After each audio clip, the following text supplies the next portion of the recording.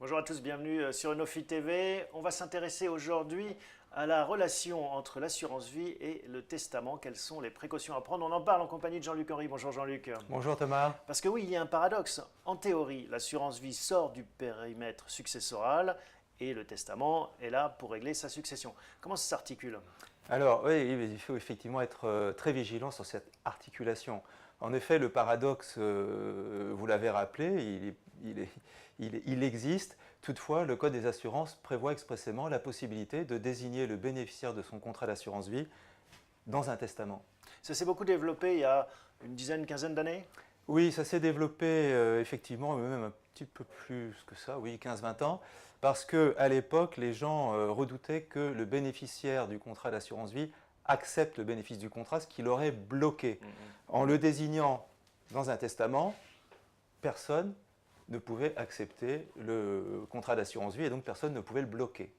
Bon, l'intérêt d'intégrer les deux, en tout cas de rapprocher les deux sujets, c'est qu'en effet, on peut se dire que le testament, c'est un moment que l'on prend pour réfléchir de façon globale, à 360, comme on dit, à sa succession. Et donc, pourquoi ne pas, dans ce cas, y ranger aussi la partie assurance vie? Voilà, exactement. Alors, c'est très certainement les raisons pour lesquelles on continue encore aujourd'hui à utiliser le testament pour désigner un bénéficiaire, alors qu'il n'y a plus ce risque d'acceptation intempestive qui venait bloquer le contrat.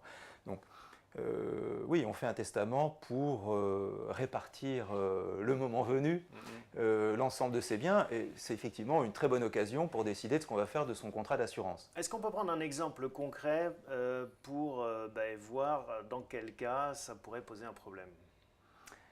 Alors, ça peut poser un problème si on est trop vague dans la rédaction du testament. C'est pour ça qu'il faut se faire épauler par un notaire. En règle générale, dans un testament, on va désigner les personnes appelées à recevoir tel ou tel bien, les légataires. Là, il faut éviter de dire « je lègue mon contrat d'assurance vie à telle personne » puisque à partir de ce moment-là, on pourrait penser qu'on a voulu le transmettre par la succession. Donc il pourrait y avoir là une contestation possible, avec la fiscalité de l'ensemble des biens de la succession et on perd l'avantage de l'assurance vie.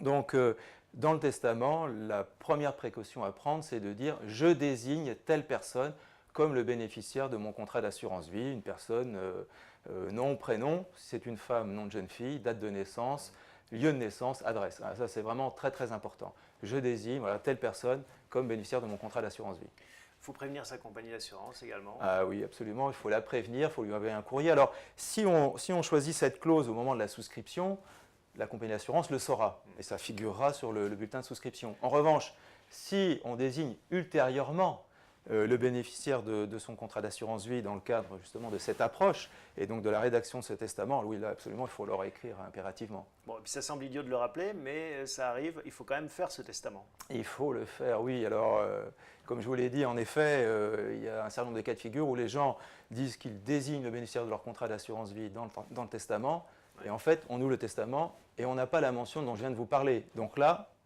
ça commence à discuter entre les héritiers, les légataires, la personne qui pensait recevoir le contrat d'assurance vie, et on va au procès. D'une façon générale, est-ce que vous recommanderiez justement de passer par le testament pour désigner son bénéficiaire? Oui, encore une fois, pourquoi pas, hein, justement pour cette vision globale. À condition de prendre ses précautions. Voilà, vision globale, épaulée par le notaire, puisqu'en règle générale, on fait bien d'ailleurs, on va voir son notaire pour rédiger son testament.